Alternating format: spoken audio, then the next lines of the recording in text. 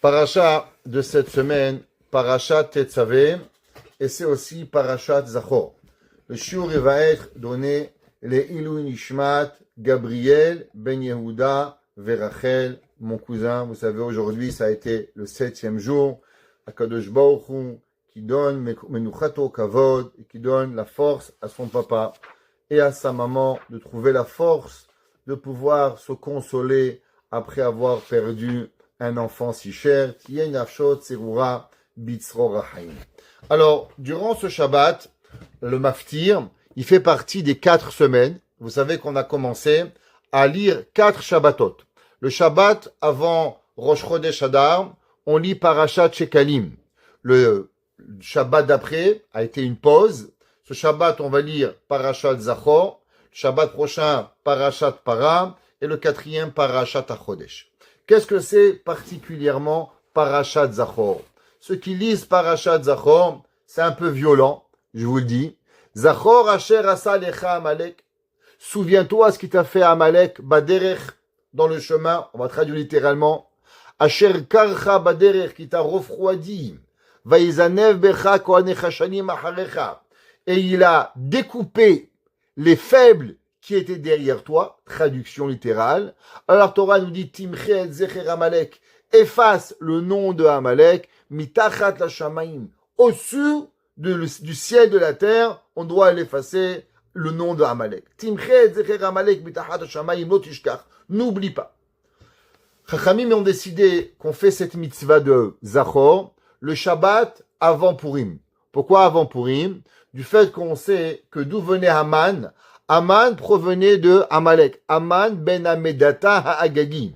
Il y avait au temps du roi Shaoul, le roi Shaoul avait reçu une mitzvah très particulière d'exterminer Amalek. Vous savez que Amalek, on ne doit pas seulement tuer les hommes, on doit tuer les hommes, les femmes, les enfants, les animaux, petit bétail, gros bétail, on doit rien laisser.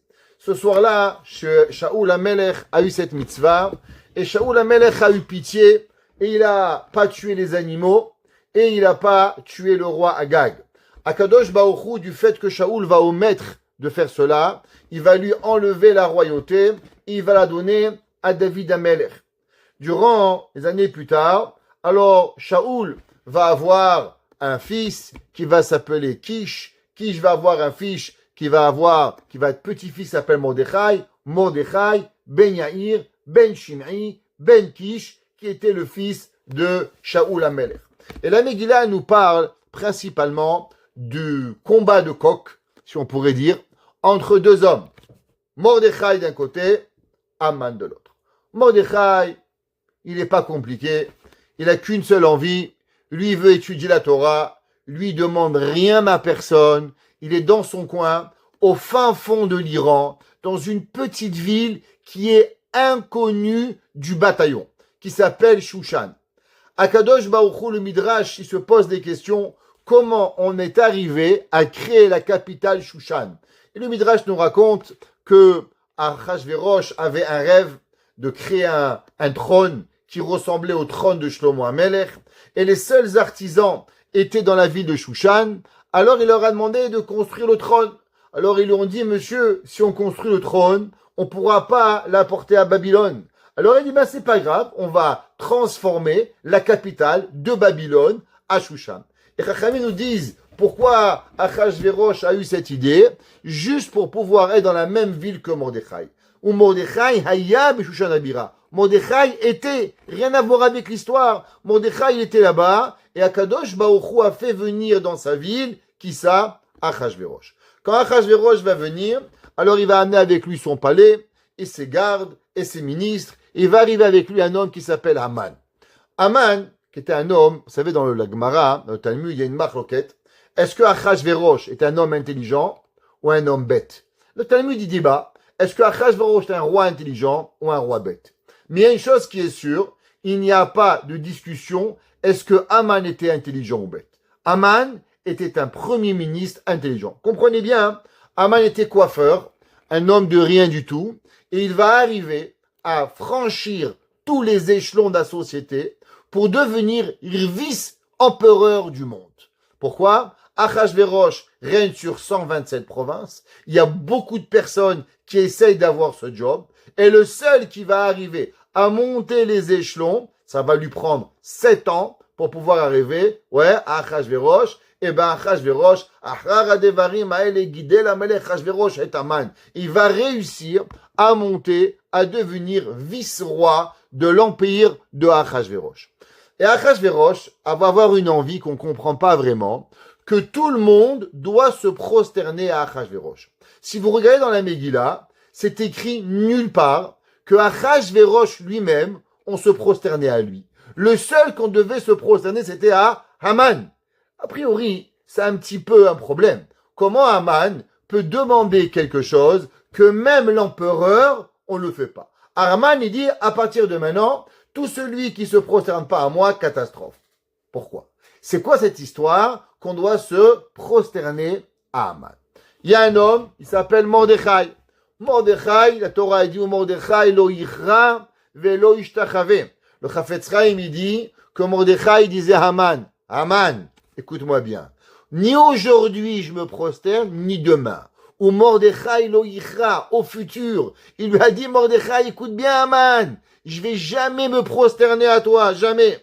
Et Haman, il s'est pris de furie contre ce Mordechai, et de là, il a voulu décider d'exterminer tous les Juifs.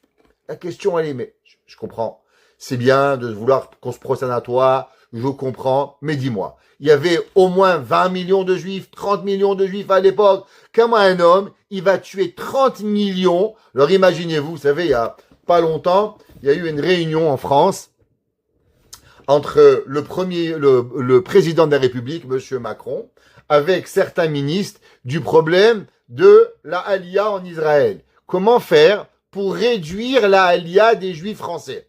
Alors, pourquoi ils veulent réduire?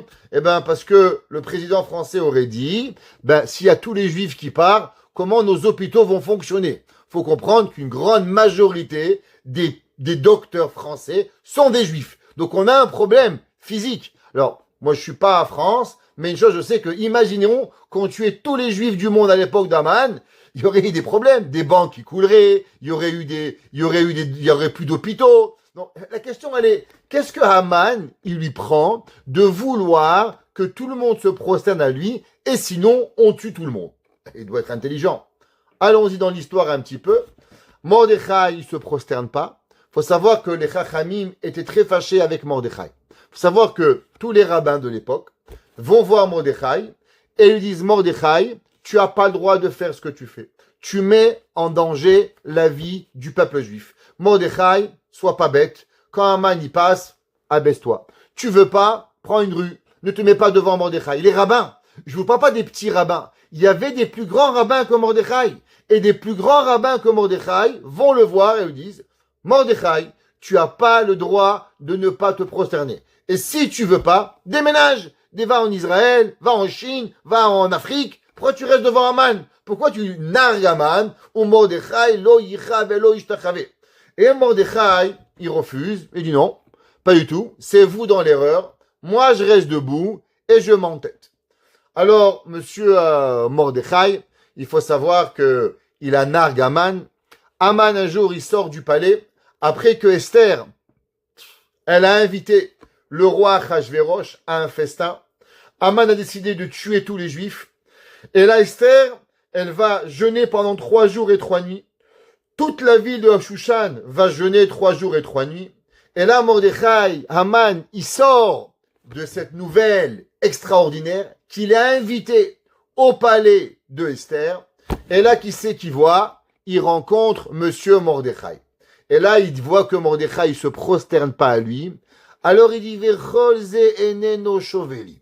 Tout ce que j'ai, tout le monde, je suis vice-roi du monde, ne me vaut rien si monsieur Mordechai se prosterne pas à moi. Alors, moi, je relis cette histoire et je dis, attends, tu es OCD, tu es bipolaire, tu es schizophrène, c'est maladif. Ouais, pourquoi? Imaginez-vous, vous avez tout l'or du monde, vous avez tout, seulement un petit juif, rabbin, qui est là, qui se prosterne pas à vous. Et qu'est-ce qu'il dit Haman? Haman, il dit, Vecholze, toute l'histoire, tout ce que j'ai, Ça me sert à rien du tout. Il faut que Mordechai se prosterne. Bon. Disons que Haman, il est un petit peu OCD, obsessif compulsif, avec un peu de bipolarité. Très bien. Il rentre chez lui à la maison. Il raconte à sa femme. Moi, j'étais sa femme. Chérie, calme-toi. Tu vas ce soir au festin d'Achashverosh. T'inquiète de Mordechai. T'inquiète pas. Tout va bien. T'es le meilleur. T'es le plus beau. Madame Zeresh et tous les amoureux de Haman, il y en a une superbe idée. Tu sais, c'est quoi l'idée? Tu vas aller construire une potence de 50 coudées et tu vas pendre Mordechai sur la potence. Haman, il leur dit, mais où je vais trouver, moi, une poutre de 50 coudées? Le fils de Haman lui dit, ben, ta maison, on va casser ta maison et on va prendre la potence pour tuer Mordechai. Et Haman, il dit, waouh, superbe idée, casse la maison. Et on casse la maison de Haman et on crée une potence. Alors, je sais pas, réfléchissez un petit peu. C'est pas un peu fou ce qui se passe? Qu'un homme, il est prêt à casser sa maison, créer une potence pour pouvoir tuer Mordechai. Moi, j'étais avec les enfants de Haman. Je dis, papa, viens, on le prend dans une ruelle, on lui met une bastonnade, on lui découpe la tête, c'est fini. C'est quoi l'histoire qu'il faut avoir une potence de 50 coudées et le pendre? Pourquoi le pendre? Mets-lui un coup de couteau dans le ventre, c'est beaucoup plus facile. Ça s'arrête ici. Plus que tout, c'est marqué qu'à la fin, hein, il va venir le voir Charbona. Et Charbona, il va dire à Achashverosh, tu sais, Achashverosh, Mordechai, Haman, il a voulu tuer Mordechai. Alors il lui a dit, Achashverosh, eh ben, tuez-le sur la potence qui s'est préparée. Asher Hichinlo. La Gemara a dit, tu sais avec qui il avait préparé la potence? Mordechai, Haman. Haman avait en vérité préparé la potence pour lui-même. Alors c'est quoi cette histoire de potence qui arrive pour pouvoir arriver à pendre Mordechai que on va arriver. Donc, on va essayer de comprendre un petit peu toute cette histoire. Avant tout ça, on va juste rapporter certains éléments très importants pour la suite du cours. Vous savez que au moment où on a reçu la Torah, alors on est arrivé sur le mont Sinaï et Dieu a dit au peuple juif, est-ce que vous voulez la Torah? Le peuple juif a dit, oui, Naase Venishma, on veut faire la Torah. Pourtant, c'est marqué dans la Torah que le peuple juif a dû être forcé à recevoir la Torah. Ce qu'on appelle Kafa Alehem Har Kigigit. Dieu, il a mis la montagne sur la tête du peuple juif et il leur a dit, est-ce que vous voulez la Torah ou bien je vous tue? Alors on a accepté. La Gemara a dit, alors, en vérité, Dieu ne peut pas nous punir. Pourquoi? Parce que comment Dieu il peut nous punir s'il nous a forcés? La Gemara a dit, c'est vrai, mais il faut savoir que à un moment de l'histoire de Purim, le peuple juif s'est marqué Kiyimou ve Kiblou. Ils ont accepté et ils ont reçu. La Gemara dit, qu'est-ce que ça veut dire Kiyimou ve Kiblou? Kiblou maché Kiblou.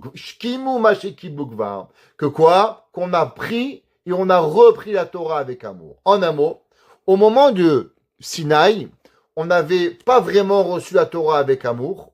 Et on a reçu la Torah avec amour seulement quand? Seulement après l'histoire de Purim. Alors, on essaie de comprendre pourquoi, seulement à l'histoire de Purim, on a reçu maintenant la Torah par amour. Pourquoi pas au temps du premier temple? Pourquoi on n'a pas reçu ça au temps du Mishkan? Pourquoi pas quand Dieu nous a pardonné du Vaudor? Qu'est-ce qui s'est passé de tellement grand au moment de l'histoire de Purim, que c'est, prenez depuis Matan Torah jusqu'à l'histoire de Purim, on parle de 1200 ans. C'est pas rien. Et c'est seulement 1200 ans plus tard que le peuple juif accepte la Torah avec amour. Qu'est-ce qu'il y a de tellement grand? Je suis désolé, il y avait les Philistins qui ont voulu nous tuer, il y a eu Amalek qui a voulu nous tuer, on a failli tous être tués au moment du Vaudor, Akadosh Baruch Hu nous a pardonné, au temps de David Amelech, Shlomo Amelech, le peuple juif était tellement fort. Qu'est-ce qui se passe qu'on n'a pas compris? Et que juste au moment de Purim, d'un coup, waouh, le bon Dieu, t'es trop bon, t'es trop sympa. Là, on va recevoir la Torah avec amour. Adar Kiblo Abimé Achashverosh. Et là, on fait le moment pour pouvoir y arriver. Alors, pour comprendre ça, on va relire un peu les versets dans la mitzvah de Amalek. C'est marqué Zachor asher asalecha Amalek baderech betzetrem im Misraim asher karcha baderech. Ça veut dire quoi, Asher Karcha? Traduction littérale, qui t'a refroidi dans ton chemin. Quel chemin? C'est quoi le chemin? Alors bien sûr, l'explication simple, c'est quand on est arrivé pour recevoir la Torah, le peuple juif avait été sorti d'Égypte, toutes les nations du monde avaient peur du peuple juif, Amalek il est venu, il nous a fait la guerre, en disant, je sais que je vais perdre, mais je vais en tuer quelques-uns, et en tuant quelques-uns, je vais leur faire montrer qu'ils sont pas invincibles, et cela a créé au peuple juif une certaine peur, et ils ont pas eu la même force de recevoir la Torah. Mais c'est marqué dans le Midrash. Il nous dit le Chidush Harim, un Midrash incroyable. Itab Midrash. Im yomar lecha adam yesh chokhma bagoyim ta'amin. Alors, tout le monde, vous savez qu'il y a un principe qui s'appelle chokhma bagoyim. L'intelligence dans les nations. La Gemara, le Midrash, il dit chokhma bagoyim ta'amin. En un mot, quand il y a une sagesse à travers les nations du monde, crois-le. Tu as le droit de croire à la sagesse. Par exemple, les mathématiques proviennent des Arabes.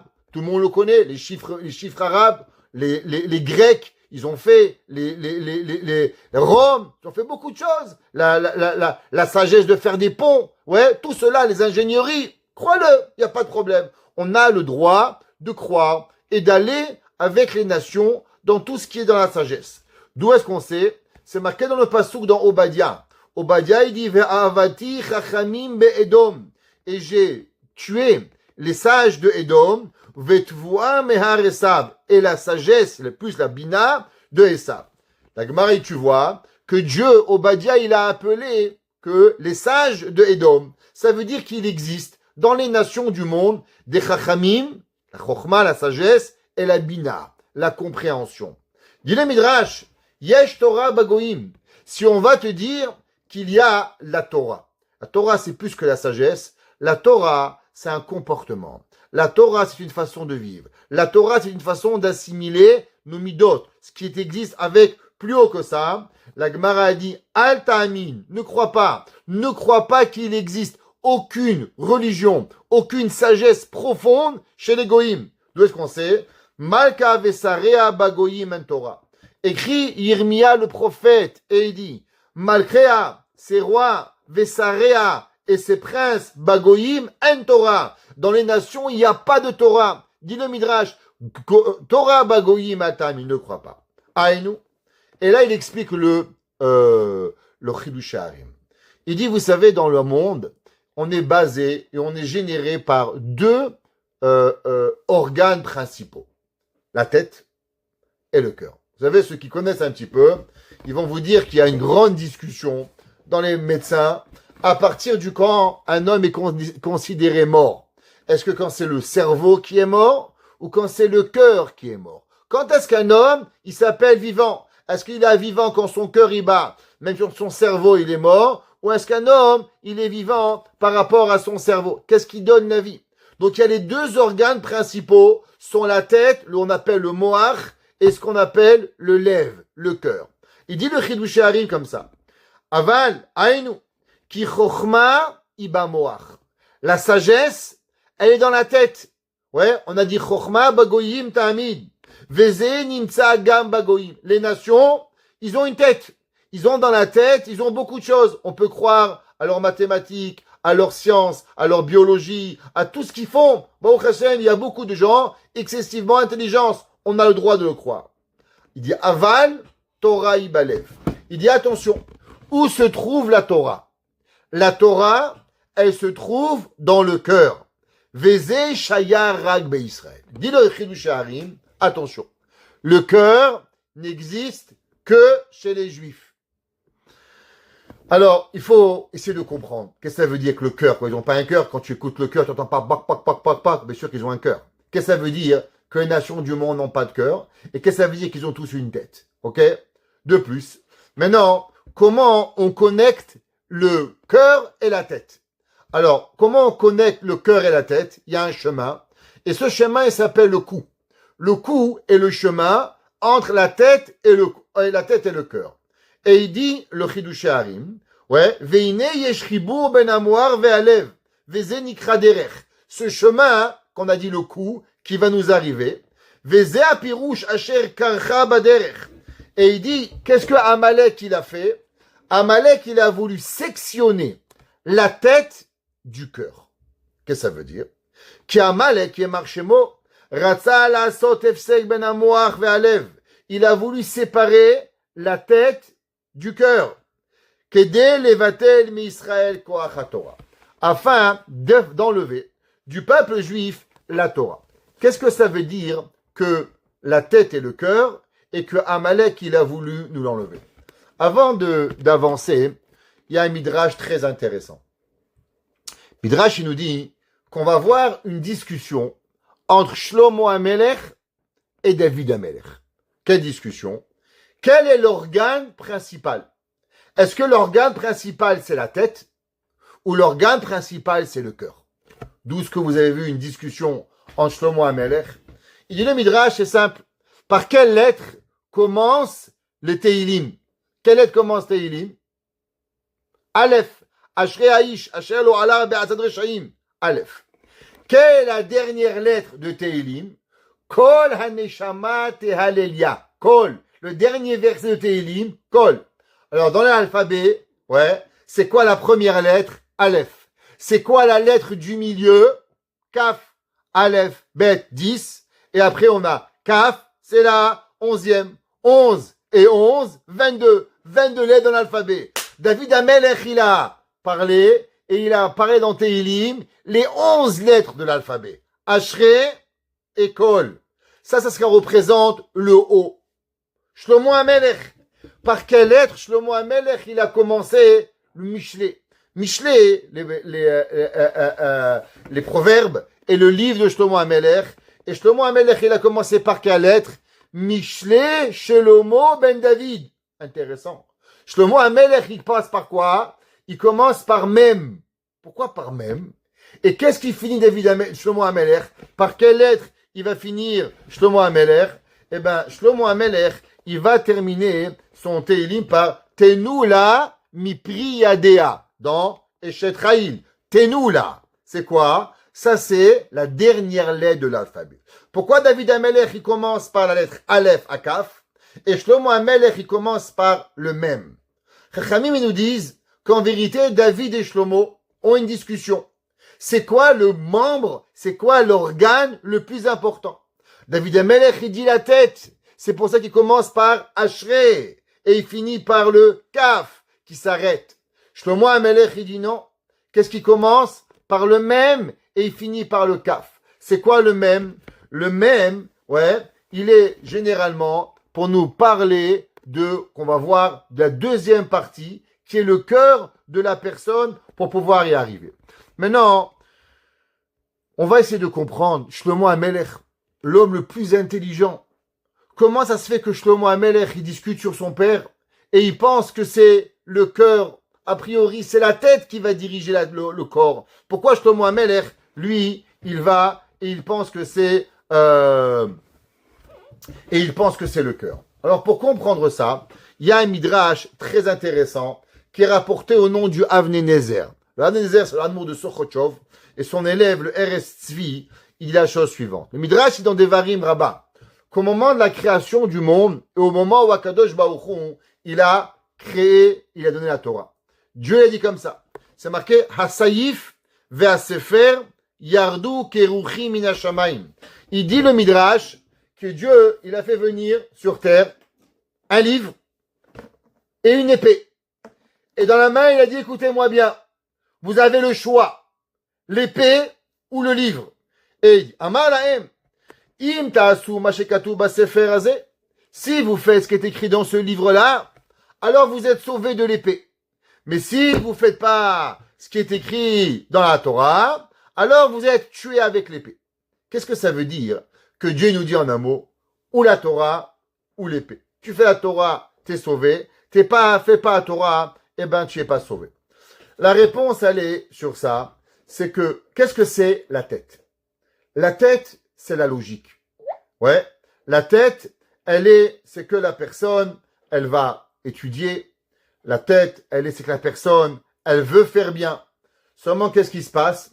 À la fin, l'homme, il a des envies. Par exemple, prenez une personne qui n'arrive pas à se retenir de manger. Ouais, il y a des gens qui font 20, 50, ils prennent des kilos. Ouais, venez chez nous après Pessah, vous allez voir. Ouais, on a tous pris 10 kilos. D'accord? Mais non, on sait tous, faut pas trop manger. On est tous d'accord. On sait tous, mon fils, tu manges trop de pkeila. Tu vas être malade. Tu manges trop de msouki avec la hasban. Tu vas pas pouvoir. C'est une réalité. Pourtant, tous les Shabbats, ce Shabbat, je vais pas trop manger. Mais à la fin du Shabbat, tu montes sur la balance, pire que la semaine dernière. Qu'est-ce qui arrive? Le cerveau, il sait. Mais le cœur, il a des envies. Et quoi?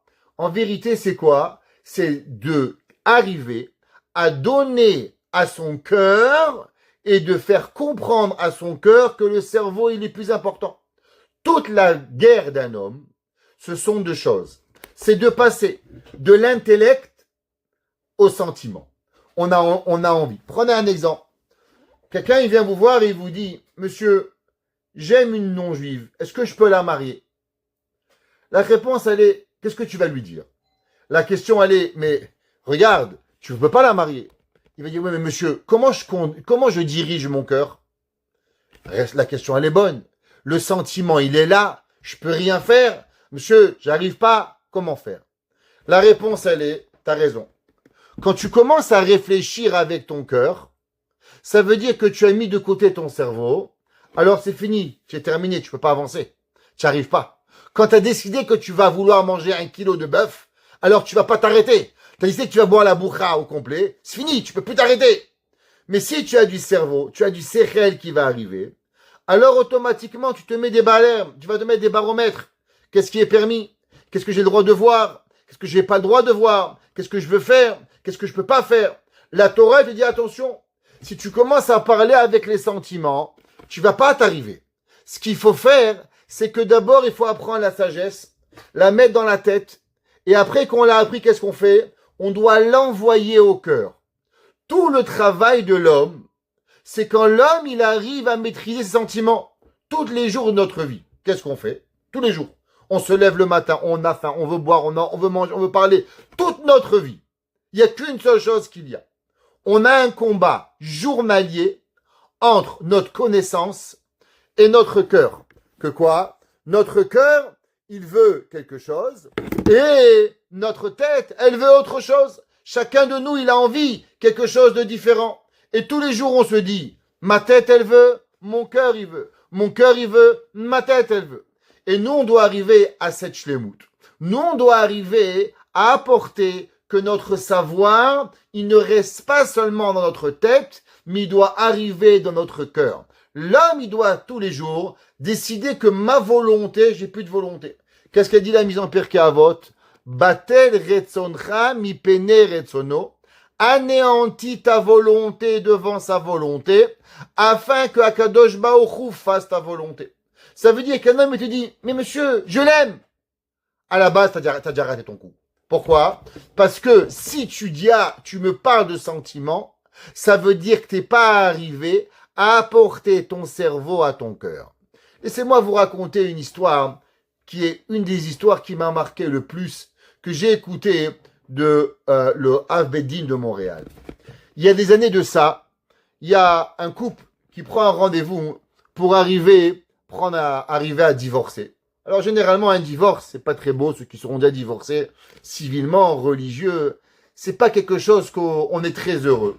Pourtant quand le mari il arrive, il ouvre la porte à sa femme, il dit chérie rentre, elle dit non toi, après toi chérie. Et le mari il avait un énorme bouquet de fleurs pour sa femme le jour du divorce, et il y avait tous les enfants, 5 enfants, au Beddin.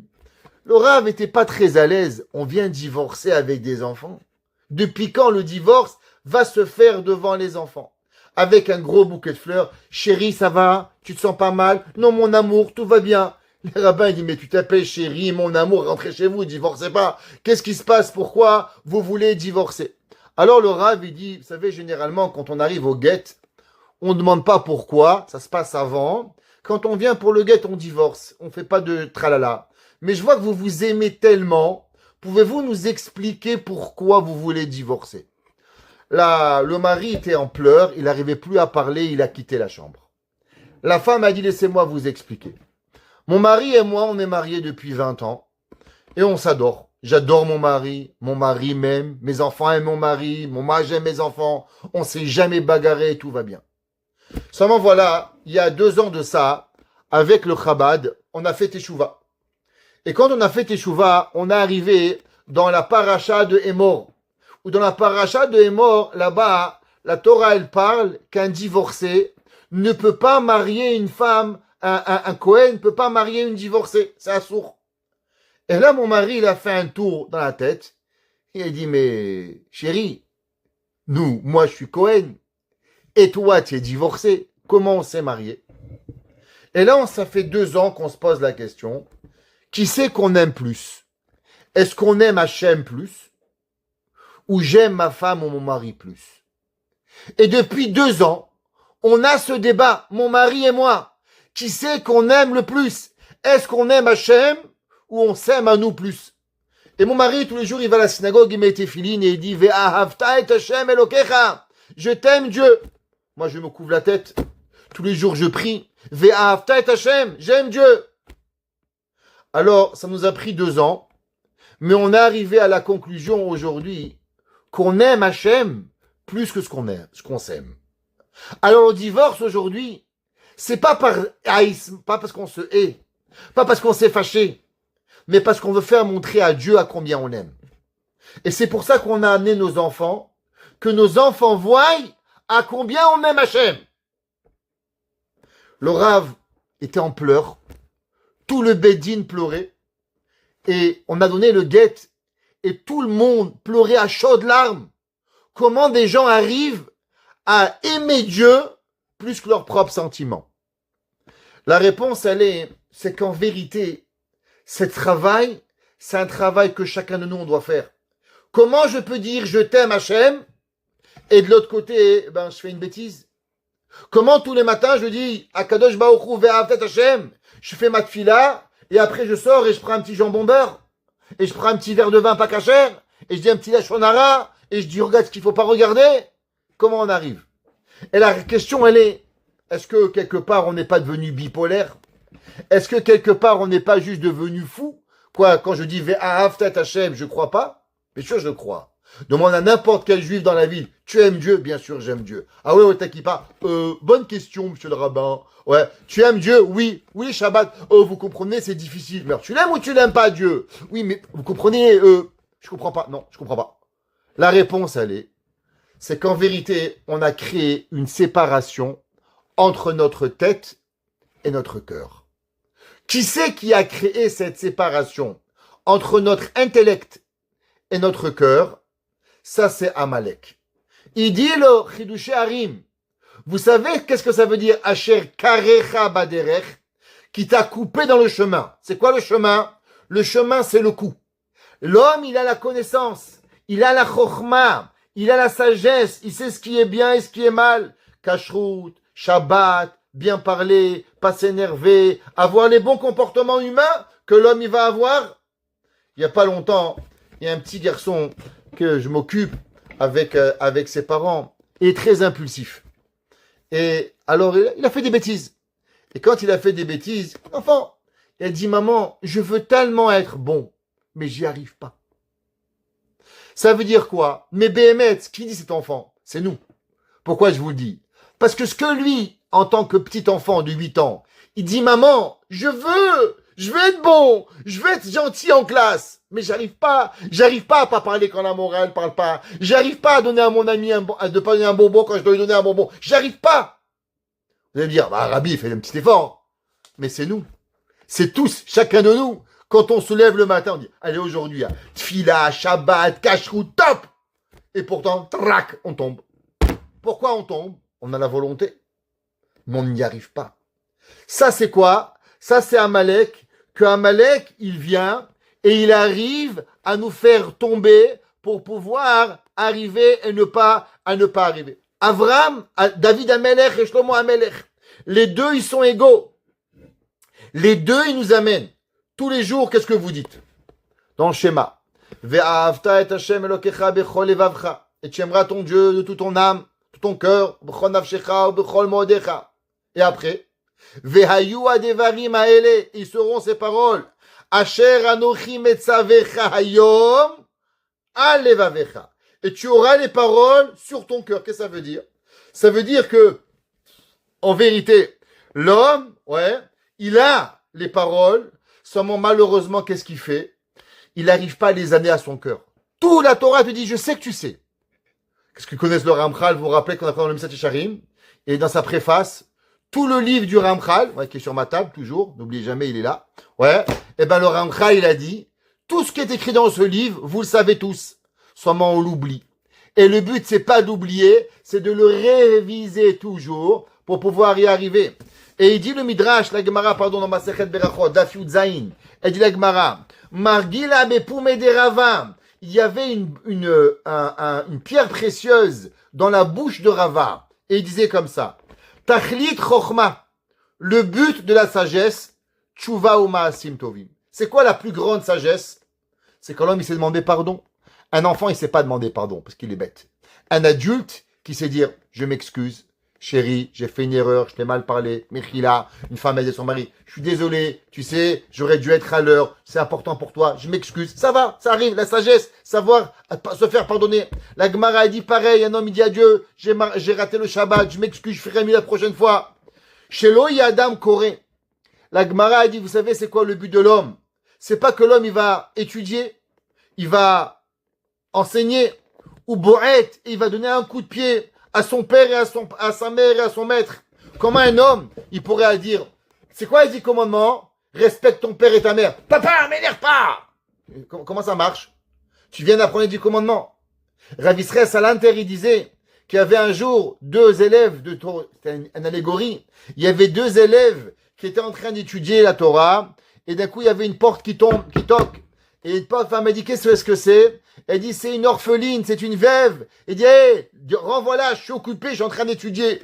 Il dit, je comprends pas. Tu es en train d'apprendre les lois de Tzedaka et tu renvoies la veuve et l'orphelin. Il dit, pareil, un gars, il est en train d'apprendre les lois de Shabbat et d'un coup, hop, il jette quelque chose par la fenêtre. Comment tu jettes? Ça veut dire que les lois du Shabbat, elles rentrent pas dans ton cœur. Il dit, Rava, l'homme, il peut pas étudier, il peut pas enseigner et après, qu'est-ce qu'il fait? Faire l'inverse de ce qu'il a fait.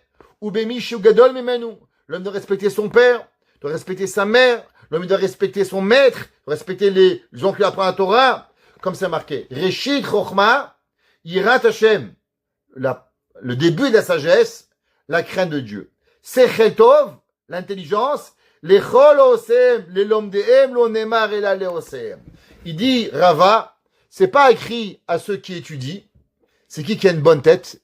Les OCM, ceux qui font. Ça veut dire, la Torah, ce qu'elle veut, la Torah, elle a envie de nous que l'homme, non seulement, il doit étudier, mais il doit amener à son cœur pour pouvoir faire. Alors maintenant, vous allez comprendre un midrash incroyable dans Kohelet. Shlomo HaMelech, il a écrit un 2e livre, Kohelet, et il écrit comme ça. Dibarti anim libi. Shlomo HaMelech, il dit, j'ai parlé à mon cœur, Halev roé. Mon cœur, il regarde. Shenemar velibi roé arbe. Mon cœur, il voit plein de choses. Halev shomea. Shlomo HaMelech, il sait, mon cœur, il entend plein de choses. V'natati le'ovdecha le'shlev lishmoa. Halev medaber. Le cœur, il parle. De Shlomo HaMelech, il dit, Halev sameach. Le cœur, il est heureux. Le cœur, il crie. Le cœur, il pleure. Et le cœur, il a la gava. Et Chachamim, il dit, qu'est-ce que ça veut dire que David HaMelech, il dit, je parle à mon cœur? Vous savez, qu'est-ce que ça veut dire, je parle à mon cœur? Pas mon cœur, mon verre de liqueur. Non, pas ça. Je parle à mon cœur, ça veut dire qu'il y a des gens, tout il reste dans la tête. Seulement le but, c'est pas tout dans la tête. Vous savez qu'est-ce que c'est? C'est d'apporter la Torah à son cœur. L'homme, il doit se parler. L'homme, il doit se dire, Israël Meir, qu'est-ce que tu fais? Israël Meir, comment tu te comportes? Shlomo, comment tu te comportes? David, comment tu te comportes? C'est pas seulement suffisant de savoir qu'est-ce que la Gemara a dit, le Rambam, le Rashi, le Tosfot. Comment tu le fais? La Gemara, dans Masechet Souka, la Torah ramène un verset dans Shlomo HaMelech. Shlomo HaMelech est écrit, Pia, Patra Bechokma, Vetorat Chesed Aleshona. Pia Patra Bechokma, on le dit tous les vendredis soirs, dans le Eshet Chaim. Pia Patra Bechokma, elle a ouvert sa bouche avec sagesse, Vetorah chesed aleshona, et une Torah de bonté sur sa langue. La Gemara dit, qu'est-ce que ça veut dire une Torah de bonté sur sa langue? La Gemara dit qu'il y a deux genres de personnes. Il y a des gens qui étudient pour eux-mêmes, égoïstes, et il y a des gens qui enseignent. Ceux qui ils sont égoïstes, ils sont pas la Torah chesed. Ceux qui enseignent la Torah aux autres, alors ils sont une Torah chesed. Maintenant, on va vous proposer aujourd'hui une différente explication. Qu'est-ce que ça veut dire Torah chesed? Il y a des gens qui étudient, tout reste dans la tête. Ça, c'est pas Torah chesed. Vous savez qu'est-ce que c'est Torah chesed? Quand toi, tu parles à ton cœur. Comme Shlomo HaMelech, il a écrit, Dibarti imli bil est mort. J'ai parlé à mon cœur. Ça veut dire quoi? Celui qui enseigne à son cœur et que maintenant il se transforme, alors son cœur, maintenant il s'appelle Torah chesed. Pourquoi? Parce que c'est quoi chesed? C'est quoi la nature de la bonté? C'est de faire. C'est quoi la nature de l'égoïsme? C'est de s'abstenir. Un homme qui étudie sans faire, alors il ne fait pas du chesed. Pourquoi? Parce qu'il apprend, mais il n'est pas en application. À l'inverse, celui qui fait, qui apprend, et qui va mettre en application ce qu'il va faire, alors automatiquement, ça devient une Torah de chesed pour pouvoir y arriver. Maintenant, vous savez, il y avait un grand maître, il s'appelait Rab Shimshon Me'Astropoli. Rab Shimshon Me'Astropoli, il vécut au XVIIe siècle. Il a été tué, malheureusement, dans les Xerot Tarvetat. Il a été massacré, tué par les Russes. Et il a écrit un livre. Et dans ce livre-là, il a écrit, vous savez, que comment il s'appelle? Amalek, tout Amalek, il est en vérité ce qu'on appelle une mouche. Ce qu'on appelle la clipa de la mouche. Chachamim, ils disent, c'est quoi la mouche? La mouche, quand elle voit un petit morceau de sang, quand quelqu'un il a une petite ouverture, qu'est-ce qu'elle fait la mouche? Elle vient avec ses petites pattes, elle ronge, et elle va écarter. Je ne sais pas si vous avez déjà vu, laissez un morceau de viande dehors, vous allez voir la mouche, elle va venir, et avec ses petites pattes, elle va venir et elle va ouvrir la blessure. Prenez par exemple les chevaux. Vous savez pourquoi les chevaux, ils ont une grande queue? Eh bien, c'est pour chasser les mouches. Pourquoi? Quand les mouches, elles viennent sur leur dos, alors elles balayent les mouches. Pourquoi? Parce que sinon, les mouches, elles peuvent même faire des trous dans la peau d'un cheval, tellement c'est grand.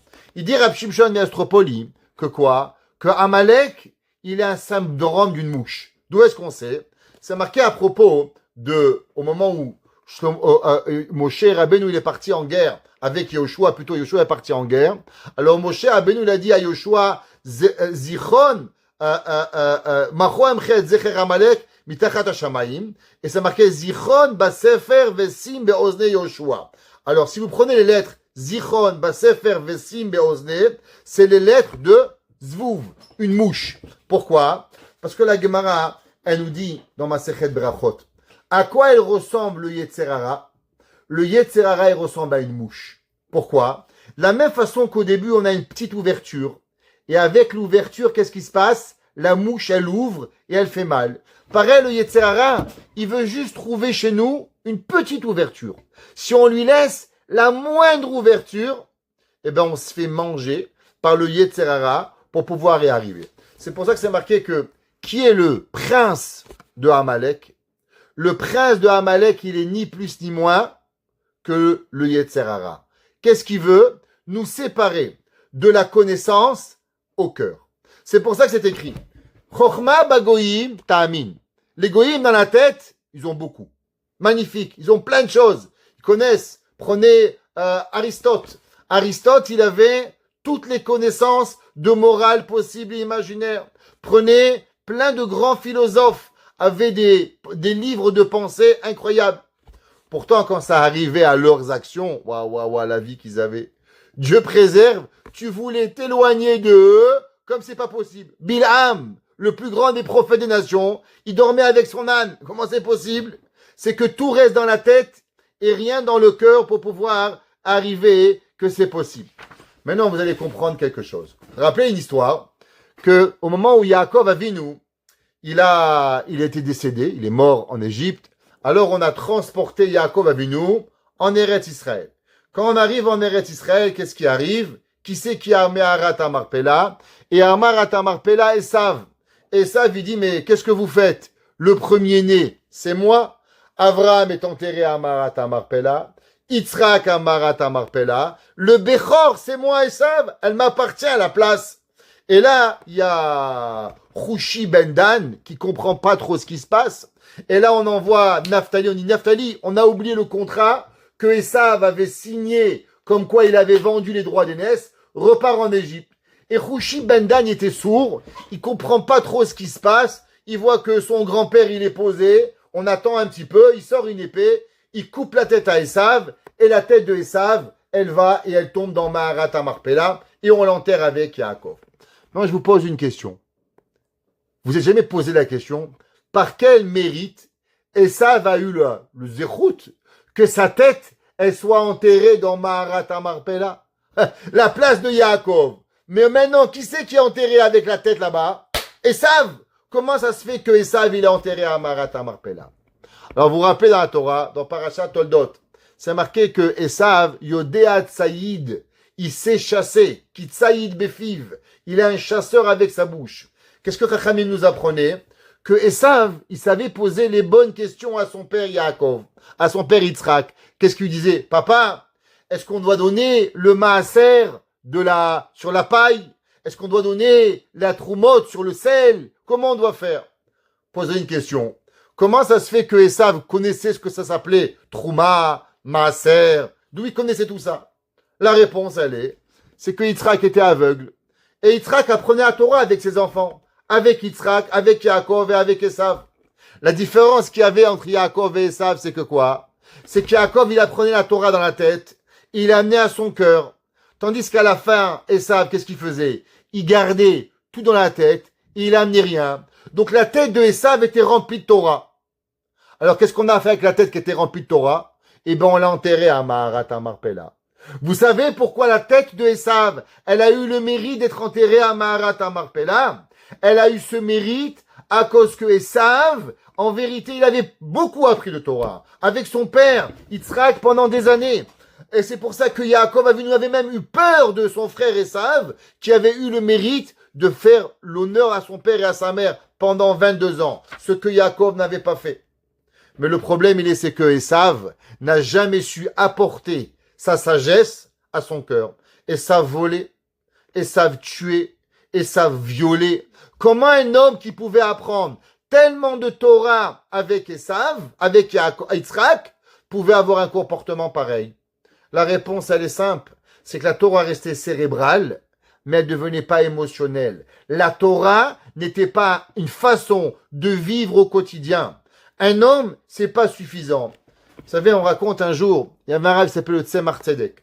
Le Tzemar Tzedek, c'était le 3e rabbi de Lubavitch. Vous savez que chez Lubavitch, il y a eu 7 rabbis. Le premier, il s'appelait le Baal Atanya. Après, le rabbi Emtsaï. Et après, il y avait le Tzemar Tzedek. Un jour, dans la ville de Lubavitch, alors on est demandé au Tzemar Tzedek, on avait un choix entre 2 rabbins. Un enseignant qui savait excessivement bien enseigner. Mais sa crainte de Dieu n'était pas au top. Le deuxième était un grand servant de Dieu, mais n'était pas un excellent professeur. Alors on a demandé au Tzemar Tzedek lequel on doit prendre. Alors il a dit celui qui a plus de crainte de Dieu. Alors l'autre, il est parti voir le rabbin. Il dit, vous savez, monsieur le rabbin, moi je suis un grand professeur, je peux tout apprendre. Dites-moi ce que vous voulez, je vais leur apprendre aux enfants. Pourquoi vous m'avez pas choisi? Il a dit, le Tzemar Tzedek, tu as raison. Parce que tu vas apprendre aux enfants comment apprendre à avoir la crainte de Dieu. Mais comment avoir la crainte de Dieu, tu pourras jamais leur apprendre. Ça veut dire qu'on peut apprendre à des gens à être religieux. Mais devenir religieux, c'est pas. Il y a un jour, il n'y a pas longtemps, quelqu'un il est venu et il a dit, monsieur le rabbin, où ils sont tous ces élèves? Il y a des élèves, ils ont fait le VAD, ils ont fait, et ils sont pas Shomer Shabbat, ils sont où? Moi, je l'ai regardé et je lui ai dit, c'est qui leur a enseigné? C'est vous.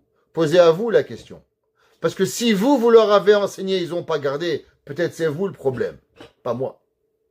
Parce que si un homme, il transpire la crainte de Dieu, alors son élève devient la crainte de Dieu. Si un parent, il veut que son fils, qu'il a la crainte de Dieu, ça suffit pas de lui dire. Il faut le vivre. Si tu veux que ton fils, il fait attention à ce que tu regardes, toi, détourne la tête quand tu passes dans la route. Mais si tu dis, waouh, c'est beau, ben, ton fils fera exactement pareil. Si ta femme et ta maman, elles mangent sans faire de bracha, qu'est-ce que tu vas t'attendre que ton fils va faire une bracha parce que tu lui as dit? Ça ne marchera pas la vie comme ça. L'homme, il doit le vivre. Esav, il a porté de la tête à pouvoir y arriver. Vous savez que la Torah, il y avait Avram, il avait un nom. Il s'appelait comment? Avram. On lui a changé de nom, comment on l'appelait? Avraham.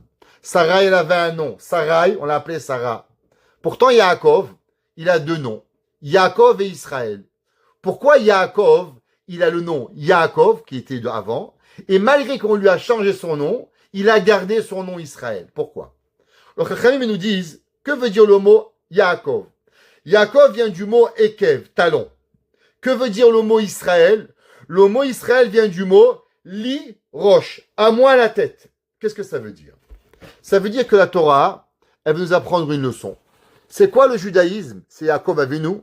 Le judaïsme, il est venu pour nous apprendre deux choses. La Torah, elle doit passer de la tête jusqu'au bout de ton talon. Elle doit aller de Israël, Li, roche, jusqu'à Yaakov, jusqu'en bas, jusqu'à la fin de ton corps. La Torah, elle doit venir, et elle doit venir nous apprendre, et elle doit être totalement pour pouvoir y arriver. Et si vous vous demandez, d'où est-ce qu'on voit dans la Torah ce principe?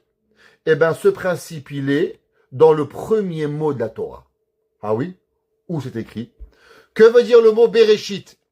Le mot Bereshit veut dire bête, Réchit. Deux commencements. Qu'est-ce que ça veut dire deux commencements? Eh bien, en vérité, l'homme, il a deux travaux à faire. Un, apprendre. Deux, passer de la tête à ton cœur.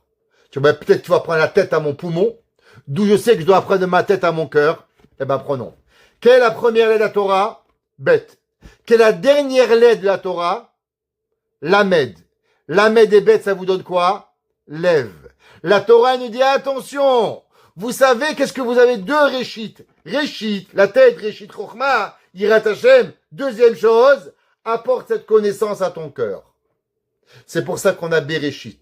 C'est pour ça qu'Yaakov, il a deux noms. Yaakov et Israël. Yaakov, c'est quoi? Yaakov, Israël, c'est la tête. Et Israël, c'est de donner au plus bas dans son cœur pour pouvoir y arriver à pouvoir le faire. Maintenant, vous savez, c'est marqué dans la Torah que Yaakov Avinu va se trouver devant Esav. Yaakov va se trouver devant Esav. Et quand il va arriver devant Esav, qu'est-ce qui va se passer? Yaakov va se prosterner 7 fois devant Esav. Et il va dire, Adoni Esav, mon maître Esav, mon maître Esav, mon maître Esav, il va le dire. Chachamim nous dit qu'il va être puni à cause de ce qu'il va faire. C'est marqué dans la Kabbale, et le Chida le ramène, que Yaakov et Esav, les deux vont revenir en Gilgoul. Yaakov va de nouveau, devenir en Gilgoul dans qui? Dans Mordechai Hatzadik. Esav va être Mitgalgel dans qui? Dans Haman Aracha.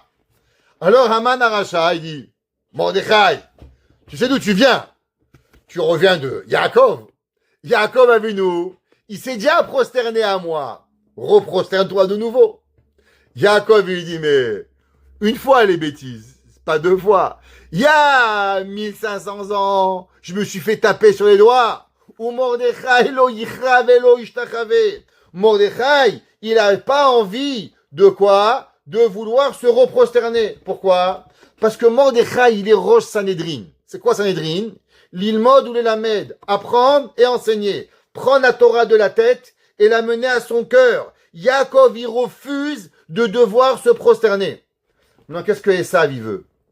Vous vous rappelez, on avait dit dans la prière, Yud, ouais, Yud, Ke, Vav, Ke, ouais, Yud, Ke, Vav, Ke. Et la tête, c'est ça, prosterner. Pourquoi? C'est parce qu'on doit mettre la tête entre ses genoux. Esav, qu'est-ce qu'il veut? Esav, il veut que Haman, Mordechai, il abaisse la tête. Qu'est-ce que ça veut dire abaisser la tête? Ça veut dire que la tête, elle doit être soumise au cœur. Qu'est-ce que ça veut dire? Il y a deux choses. Est-ce que c'est le cœur qui est soumis à la tête ou c'est la tête qui est soumise au cœur? J'explique. Un homme, il sait qu'il ne doit pas manger trop de sucre, sinon il va être diabétique. La tête, elle le sait, mais il a envie du sucre. Tu as deux choix. Ou tu manges beaucoup de sucre, ça veut dire que tu prends ta tête et tu l'amènes à ton cœur et maintenant, demain matin, il faut que tu te fasses 4 piqûres parce que tu es d'insuline. Ou bien, tu vas te contrôler tes émotions, et c'est ton cœur qui va se plier à ta tête. Pareil. L'homme, il a la connaissance de la Torah. Il sait qu'il ne doit pas marier une Goya, il doit faire Shabbat, il doit manger kasher, il ne doit pas dire la Shonara, il doit faire tout ça. Non, tu as un choix. Est-ce que tu vas décider, mon cœur, je sais qu'elle est sympa, et je sais que j'ai envie de dire la Shonara, je sais que j'ai envie de, mais je ne vais pas le faire. Je mets mon cœur au soumettre à ma tête, ou bien je mets ma tête qui soumet à mon cœur. Esav, Aman, Amalek, par définition, qu'est-ce qu'ils sont? Ils ont envie qu'on se soumet notre connaissance à nos envies. Que nos envies sont plus fortes que notre connaissance. C'est pour ça que Aman, qu'est-ce qu'il veut? Aman, il veut que Mordechai se prosterne à lui. Et Mordechai dit, Mordechai lo yichra. Mordechai, il n'a rien compris. Le juif par excellence, il ne peut pas soumettre sa connaissance à sa tête, à son cœur. Parce que le jour où on le met, alors automatiquement, on a perdu. C'est pour ça que Mordechai, il n'a pas voulu se prosterner. Mordechai, il fait le tikkun de Yaakov Avinu par rapport à Aman. Maintenant, pourquoi Aman, il a voulu prendre une potence de 50 coudées? Ramim nous dit que Aman, il a pris une potence Hamishimama. Pourquoi Hamishimama? Vous savez que le chiffre 50 dans la Torah, il représente les 50 niveaux d'intelligence. Maintenant, de la même façon qu'il y a les forces d'intelligence, il y a ce qu'on appelle les Sha'arei Bina, il y a aussi ce qu'on appelle les Sha'arei Touma, les forces de l'impureté. Haman, il voulait prendre avec lui les 50 forces d'impureté et avec cela, mettre une séparation entre la sagesse, la connaissance et le cœur et le comportement de la personne. Et c'est pour ça qu'il a voulu choisir cette potence. C'est pour ça qu'on ne dit pas les Sha'arei Chochma, mais on appelle ça comment? Les Sha'arei Bina. Pourquoi on appelle les Sha'arei Bina? Parce que la Chochma c'est dans la tête et la Bina c'est dans le cœur. Et pour ça que l'homme il doit pas seulement les avoir dans la tête, mais aussi il doit les avoir où? Il doit les avoir dans la tête et dans le cœur. Maintenant, vous savez que dans la Megillah, il y a une grande question. Généralement, comment on appelle Mordechai? Mordechai à Yehudi. Que veut dire le mot Yehudi? Veut dire la tribu de Judée. Mais Mordechai, il n'a rien à voir avec la tribu de Judée, de Yehuda. Pourquoi? Parce que Mordechai, il venait de Binyamin. La Gemara, elle demande, c'est marqué, Ish Yehudi, Haya, Beshushan, Abira, Ushmo, Mordechai, Ben Yair, Ben Kish, Ish Shemini. Un homme de droite. La Gemara dit pourquoi? Il était petit-fils de Shaoul HaMelech. Shaoul HaMelech de qui venait? Tribu de Binyamin. Pourquoi maintenant on nous parle de Yehudi? La Gemara donne deux explications. Pourquoi on a choisi le mot Yehudi? Hachamim nous donne quelque chose d'extraordinaire. C'est marqué dans le Sfat Emet. Il dit qu'est-ce que c'est les lettres de Yehudi? Les lettres de Yehudi, avec ces lettres, on peut faire deux lettres. On peut faire la lettre Yud et la lettre He. Yud, Vav, Dalet, He, Yud. C'est les 5 lettres de Yehudi. Qu'est-ce que c'est Yud et He? Alors vous savez que dans la Kabbale, il y a les 4 lettres de Dieu. Yud, Ke, Vav, Ke. Alors c'est quoi Yud et He? Les deux premières, c'est quoi? Chochma Bina. Chochma Bina, c'est les deux premières lettres. C'est quoi Chochma? Chochma, c'est dans la tête. Bina, c'est dans le cœur. Nous dit le Sfat Emet, pourquoi il s'appelait Ish Yehudi? Parce que Mordechai, il avait cet attribut de savoir apporter la Torah, pas seulement de la tête, mais de l'apporter à son cœur. Alors il était un Yud et un He. Il était un Chochma et une Bina. C'est pour ça que les 50, ils s'appellent les 50 degrés. Ça ne s'appelle pas seulement des 50 degrés de sagesse, mais des 50 degrés de connaissance. Parce que la Bina se trouve pas dans la tête. La Bina se trouve où? Dans le cœur. Il y a savoir et il y a accomplir. Quand l'homme, il accomplit les choses, alors automatiquement, il arrive à un autre niveau totalement de pouvoir y arriver. C'est marqué dans le Chidushei Harim. Il dit le Chidushei Harim. Vous savez pourquoi le peuple juif, au moment où on a été sous la montagne, on a dû être forcé de prendre la Torah, forcé un petit peu? C'est parce qu'on avait eu avant nous la guerre avec Amalek. Amalek avait fait le peuple juif douter. C'est quoi la Torah? Est-ce que la Torah c'est une connaissance? La Torah, c'est comme des mathématiques. La Torah, c'est une science. Vous allez apprendre, c'est sympa. Le cours du rabbin, il donne des blagues, il avance, et on rigole bien, et on a des copains, on a des copines, et c'est sympa, et on vient à Shabbat, on a quoi dire à la synagogue. C'est ça le cours. C'est ça la Torah. Amalek, c'est ce qu'il veut. Amalek, il a envie que ça reste notre Torah, elle reste une Torah qui va être de connaissance, pas une Torah d'action. Et c'est pour ça, vous savez, quand est-ce qu'on a pu prendre la Torah avec amour? Au moment où on a tué Aman. Au moment où on a tué le chef de Amalek, alors on a pu rouvrir le canal de la tête au cœur. On a pu rouvrir le canal de la Chokhma à la Bina. De la tête à pouvoir y arriver. C'est pour ça que David Amelech, il a commencé à Teilim avec quoi? Ashreaïch. Il va finir avec Kol. Shlomo Amelech, il va dire, c'est pas suffisant, papa, la tête. Tu sais qu'est-ce qu'il faut faire? Il faut la continuer de Mishlé à Athéna, qui est au taf pour pouvoir y arriver. L'homme, il doit amener la Torah du début jusqu'à la fin pour pouvoir y arriver. C'est pour ça que Esther, qu'est-ce que Esther va demander le deuxième jour qu'on a tué Haman? Esther, elle va dire, j'ai envie qu'on pende les 10 fils de Haman. Pourquoi Esther, elle a voulu que c'était pas suffisant de pouvoir tuer les enfants de Haman, qu'on va devoir pendre les fils de Haman? Haman, il n'avait qu'une seule volonté. Haman, il a voulu séparer notre connaissance, notre action, qu'on étudie, mais qu'on n'accomplit pas. Toute l'histoire de Purim, c'est quoi? Vena fochu. On a renversé. On a renversé quoi? À la place de mettre la tête en dessous du cœur, c'est le cœur qui va devenir en dessous de la tête. C'est surtout l'histoire de Purim. C'est pour ça que Mordechai s'appelle Mordechai Yehudi. Mordechai est dans la Chokhma et dans la Bina, et dans la compréhension totale. Mordechai lo yichra. Mordechai dit aux Chachamim, vous n'avez pas compris l'histoire. L'histoire, c'est pas seulement un geste de se prosterner. Je l'aurais fait à quelqu'un d'autre. Mais pas à Haman. Parce que Haman, il veut nous rendre Torah Bagoyim Ta'amin.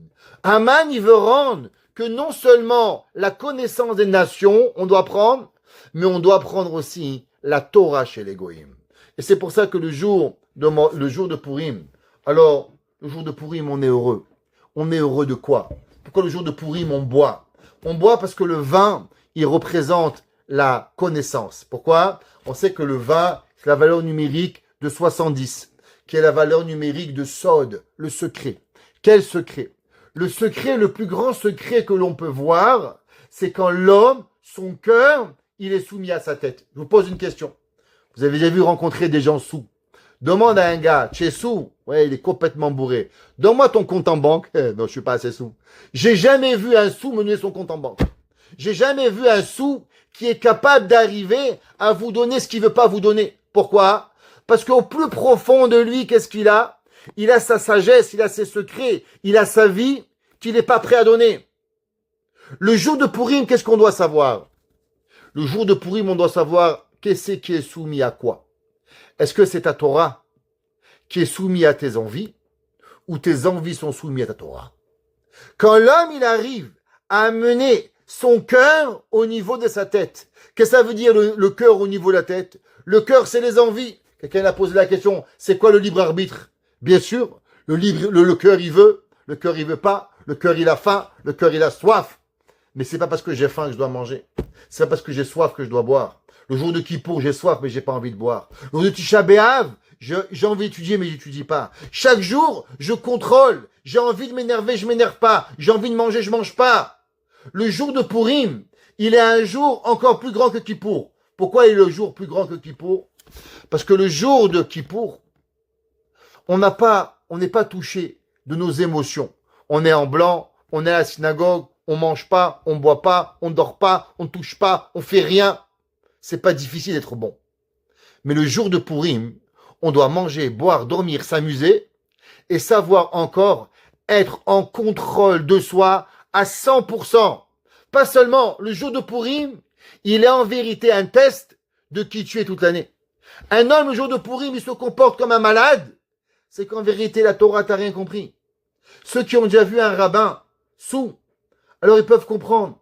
Moi, j'ai vu des rabbanim pleurer, étudier la Torah, avoir le jour de Purim, avec peut-être qu'ils avaient peut-être un peu trop bu, mais à la place de se mettre torse nu et de faire des folies, ils pleuraient, ils demandaient à Dieu, Dieu pardonne-moi, donne-moi la Torah. Ça veut dire quoi?